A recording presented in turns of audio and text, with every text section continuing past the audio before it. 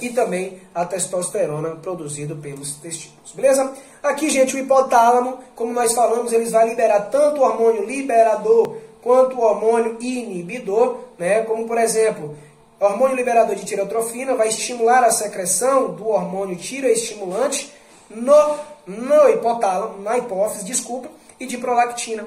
Então, o hormônio liberador de tireotropina, que é liberado pelo hipotálamo, ele vai ser lançado ou pelos grandes neurônios, tá, gente? As células magnocelulares, os neurônios grandes que se estendem desde o hipotálamo até a hipófise. E na adenohipófise, na parte anterior da hipófise, eu vou ter todos os outros hormônios liberados pelo hipotálamo também sendo estimulados ou inibidos nessa porção, na adenohipófise, tá? Como a corticotropina, como o hormônio do crescimento, como a somatostatina, que vai ser o inibitório, né, do GH, e também os hormônios liberadores das gonadrotropinas. Quais são eles, gente? Luteinizantes e folículo estimulante. Vai ser liberado pelos ovários e pelos testículos nessas estruturas celulares, beleza?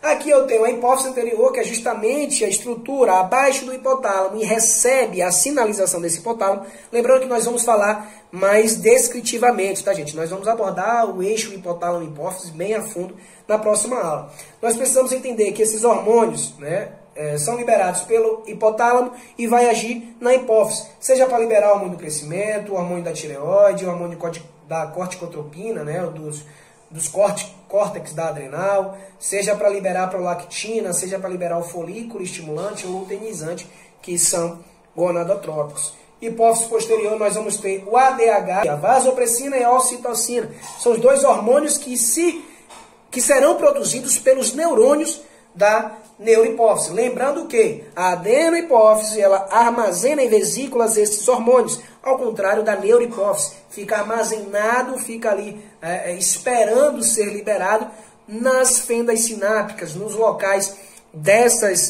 finais desses neurônios, para ser, portanto, secretado na circulação. Lembra lá dos neurohormônios? Tá? Aqui também tem essa função importante. São magnocelulares, são neurônios grandes que se estendem desde o hipotálamo até a hipófise posterior, para no momento necessário liberar tanto a vasopressina, o ADH, que vai controlar a liberação de urina, a produção de urina, tá? E também a ocitocina, tá? Eu vou ter também o papel da tireoide, produzindo tiroxina e a triodotironina, o T3 e o T4, além da calcitonina, que vai promover a deposição de cálcio nos ossos, né? E, consequentemente, diminuir a concentração de cálcio fora da célula. Eu vou ter o córtex da adrenal, que vai produzir o cortisol e a aldosterona. Eu vou ter a medula, que vai produzir os hormônios aminoacídicos, né? Produzidos aí a partir de aminoácidos, como a norepinefrina e a epinefrina.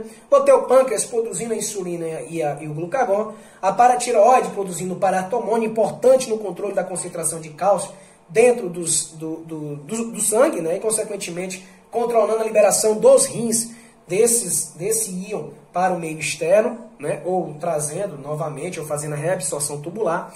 Eu vou ter os testículos produzindo a testosterona, né? Que promove o desenvolvimento do sistema reprodutor masculino e as características sexuais. Além dos ovários, que vai produzir os estrogênios e a progesterona, promove o crescimento e desenvolvimento do sistema reprodutor das mamas, né? E a placenta, que também tem importante função, principalmente na síntese de hormônios esteroidais, como o estrogênio, como a progesterona, tá? Que vai aí agir no processo de desenvolvimento, né? de garantir, né? A reprodução. Além disso, os rins vai produzir a renina, a 1,25 de hidroxicalciferol, que vai aumentar a absorção intestinal do cálcio e a mineralização óssea. Então, sem vitamina D em níveis importantes na minha circulação, eu diminuo, consequentemente, a absorção de cálcio, continuo fazendo o processo de desmineralização óssea.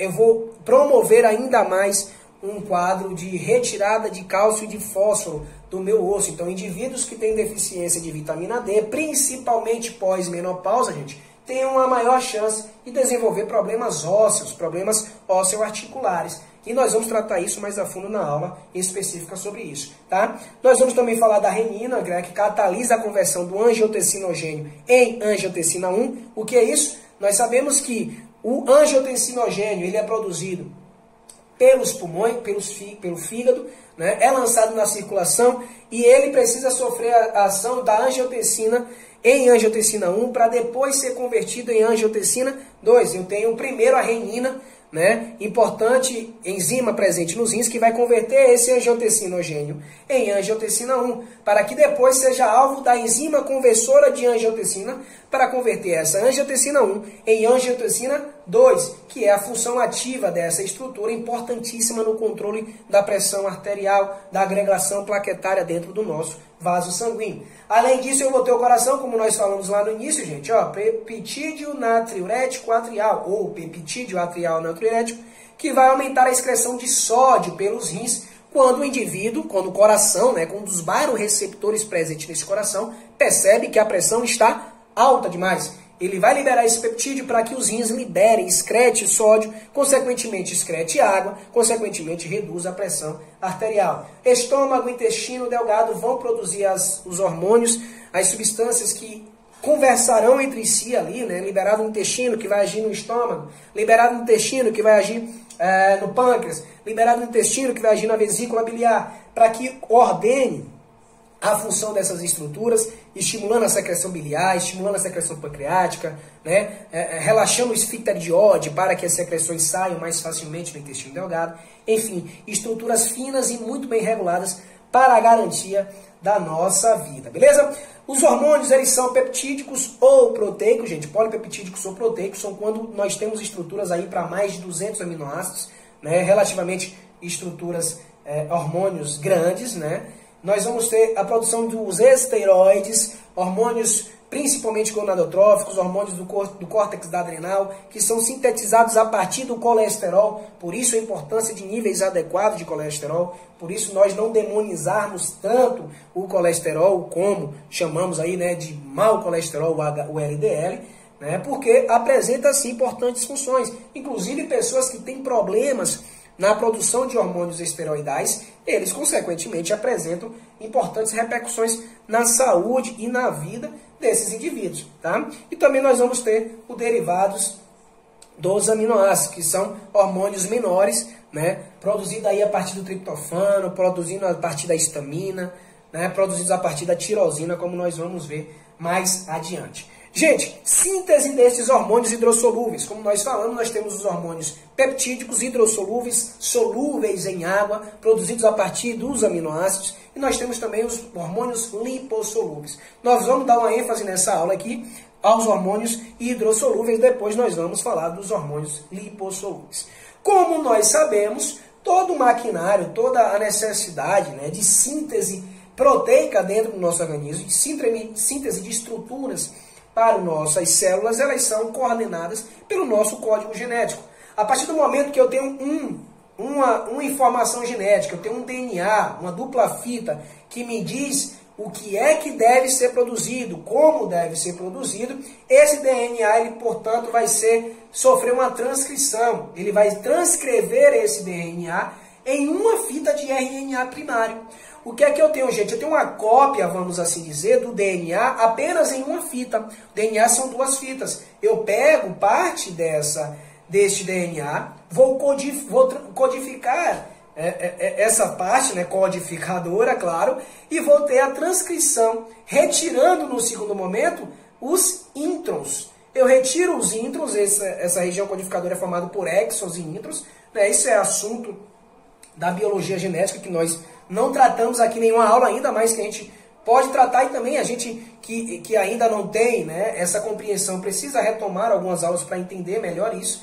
A partir do momento que eu faço a retirada desses introns, eu tenho o RNA mensageiro, que é um processo pós-transcricional. Assim como eu tenho um processo, gente, pós-traducional, ou seja, após a tradução desse RNA mensageiro que foi produzido, eu tenho também um processo pós-transcricional. Aconteceu a transcrição, a minha molécula, a minha estrutura é essa, mas não é essa estrutura que eu preciso. Não é ainda essa estrutura que vai me dar condição de produzir uma proteína, produzir um hormônio, produzir uma estrutura celular. Portanto, eu preciso de um processamento pós-transcricional, ou seja, um detalhezinho ali, um ajuste ecolar que vai garantir que eu tenha esse RNA mensageiro produzido no núcleo, pronto para ir para o citoplasma. no citoplasma, chegando ao retículo endoplasmático rugoso. Olha aqui, ó, dentro das ribossomas, dos ribossomos, que são as rugas que compõem esse retículo endoplasmático rugoso. Esse RNA mensageiro vai sofrer o que, gente? A tradução. Nada mais é do que chegar para mim esse RNA mensageiro, eu receber ali no meu ribossomo, né, na minha estrutura industrial de proteínas, na minha fábrica de síntese proteica, e dizer, olha, essa célula quer que eu produza X proteína, quer que eu produza Y proteína. Eu vou, portanto, fazer a leitura, a tradução dessa mensagem, né, que veio do RNA mensageiro, e eu vou precisar agora também de quê, gente? Processamento pós-traducional. Não basta eu traduzir, eu preciso processar. Por quê? Por exemplo, eu tenho aqui na síntese inicial o peptídeo sinal, ou peptídeo sinalizador, que é onde vai me dizer onde essas enzimas envolvidas no processo de tradução precisa começar essa leitura. A partir do momento em que eu retiro esse peptídeo sinal, eu começo o processo de produção deste pró-hormônio, né? Lembrando que nós produzimos hormônio em pré-pró-hormônio, tá? Eu tenho a produção do pró-hormônio, depois, dentro desse processamento, eu vou ter a produção do pró-hormônio e depois eu vou ter, necessariamente, o hormônio produzido e pronto para ser lançado na circulação. O que é que nós precisamos atentar? Aqui só algumas observações, né, dos hormônios produzidos a partir de aminoácidos, adrenalina, noradrenalina, produzidos a partir da tirosina, por exemplo. Nós temos a histamina, que é um importante composto vasoativo, né, que interfere aí principalmente em resposta alérgica dos indivíduos. Nós temos a presença da histidina e nós temos também a serotonina, um importante neurotransmissor, sendo produzido a partir do triptofano, que é um outro aminoácido encontrado na alimentação. Gente, é isso aqui que eu quero que a gente entenda. Ó. A transcrição ela acontece no núcleo. Obviamente, eu tenho a leitura dessa dupla fita, formando apenas uma fita de RNA mensageiro, que vai ser lançado no citoplasma para que ele seja, portanto, traduzido. Tá? O que é a tradução? Onde vai acontecer a tradução? No retículo endoplasmático rugoso. Eu vou pegar essa fita, vou ler essa fita e vou começar a traduzir ele. Vou começar a produzir o que esse DNA quer que eu produza. A partir do momento que eu formo o pré-pró-hormônio, dentro desse complexo, desse retículo endoplasmático, ele vai se fundir desse retículo endoplasmático em vesículas. Ele vai sair desse retículo endoplasmático em vesículas junto com enzimas, gente, junto com proteases, junto com estruturas que vão controlar a concentração, a forma, a estrutura, né, a composição dessa proteína que vai ser produzida. Então, no retículo endoplasmático, eu começo a tradução e eu passo do retículo endoplasmático em vesículas. Observe aqui que as vesículas se fundem desse retículo endoplasmático, vão para o citoplasma, sofrendo alterações, sofrendo metabolismo, sendo convertido de pré-pró-hormônio para pró-hormônio, para que no complexo de Golgi, no aparelho de Golgi, essas vesículas se fundam às membranas do complexo de Golgi e também lá dentro em contato com enzimas, com mais proteases, esses hormônios eles continuem sofrendo esse metabolismo, essa preparação, até que o complexo de Golgi, né, libera essas vesículas no citoplasma, né, essas vesículas secretórias, contendo o hormônio. Tá?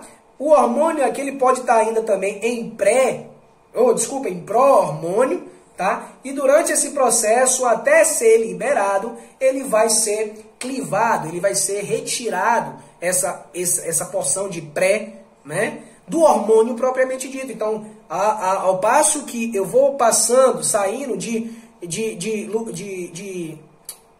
organela para organela, eu vou ter a preparação final desse hormônio. É assim que funciona a síntese do meu hormônio. Não é uma sinalização direta, rápida e única, não. Eu passo por processos, eu passo por etapas de produção. Até que essas vesículas dentro do meu citoplasma, elas vão ser secretadas, elas vão ser exocitadas, elas vão se fundir com a membrana plasmática, tá? Liberando na circulação, aqui neste caso no meio intersticial, né, no líquido extracelular, esse conteúdo. Tanto a minha porção pré, né, quanto a minha porção que estabiliza o hormônio, quanto o meu hormônio livre, como nós já vimos na aula sobre insulina. eu libero a insulina, a cadeia alfa e a cadeia beta, mas também libero na circulação o peptídeo C, que é uma estrutura que está junto deste hormônio propriamente dito, até o finalzinho ali, até os 48 do segundo tempo. De última hora ele é clivado e fica dentro da vesícula. E essa vesícula joga dentro da circulação, gente, joga dentro do intestino, tudo que está dentro dela. Inclusive o peptídeo C nesse caso. Tá? Então, o peptídeo C, por exemplo, é importantíssimo para avaliar a função pancreática. Há exames que quantificam o nível de peptídeo C para se avaliar como esse pâncreas está funcionando, se de fato ele está liberando insulina. É utilizado também como diagnóstico para doenças pancreáticas. Tá? E como é que essas vesículas vão se fundir, gente? Eu preciso de um aumento do cálcio citossólico e também do aumento do AMP cíclico, da adenosina monofosfato citossólica dentro desse citoplasma. Tá? A gente sabe que o cálcio, ele entra dentro da célula, o aumento do cálcio citossólico, ele é garantido, né, pela despolarização da membrana, ou seja, pela alteração do potencial, da voltagem da membrana plasmática, que é garantido, dentre elas, pelo fechamento do canal de potássio de dentro da célula. Nós vimos lá na aula de insulina. Quem não assistiu a aula de insulina, volte lá, volte na aula de insulina e veja como acontece a secreção da insulina. É semelhante. A forma como os hormônios hidrossolúveis eles são secretados das células produtoras é semelhante. Eu preciso do aumento do cálcio para que esse cálcio trabalhe principalmente no citoesqueleto das membranas plasmáticas, favorecendo esse chamamento. É como se estivesse puxando, né, essas vesículas para próximo da membrana plasmática, que dentro, no momento em que essas membranas se encontram, né, se fundem, liberam esses hormônios dentro dessas vesículas. Então, eu preciso do aumento do cálcio, daí a importância também do cálcio, né, desse importante mineral para o nosso organismo, pois sem cálcio não há secreção e excreção de hormônios na circulação. Beleza? Além disso, do AMP cíclico metabólito aí do ATP, né, da síntese de trifosfato de adenosina. Gente, a diferença entre os hormônios lipossolúveis, nós vamos tratar ainda mais dos hidrossolúveis, é que a partir do momento que ele é secretado, ele é hidrossolúvel, ele é solúvel em água.